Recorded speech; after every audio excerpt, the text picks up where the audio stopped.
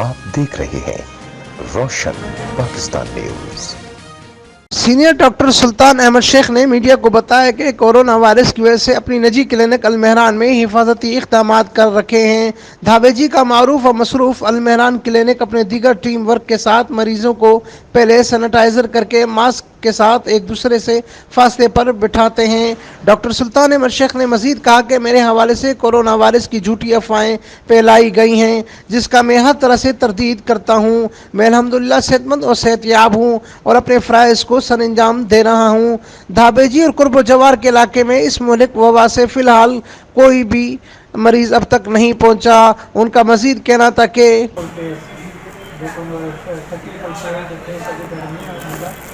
लेकिन कोई अब ये होता है कि हर केस ऐसा कोई ऐसा अगर केस आए तो उसको फ़ौरन मैंने डिस्ट्रिक्ट एग्जामिनर को उसको इतला दी है।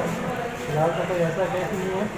तो अल्हम्दुलिल्लाह यहाँ क्लिनिक पर भी जो पेशेंट आ रहे हैं उनको भी हमारी यही कोशिश होती है कि एक जगह जमा ना होने दिया जाए, उनको दूर दूर फासले में बैठाएँ और उनको ये किया जाए कि मास्क लगाएँ।